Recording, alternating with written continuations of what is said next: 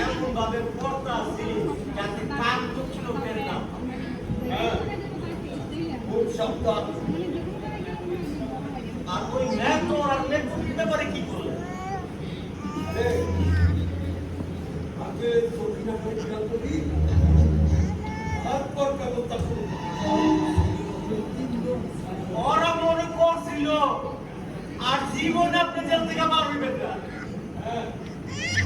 খাবা তুমি বলে দাও আইনের সম্পর্ক তো দরজা খুলে যায়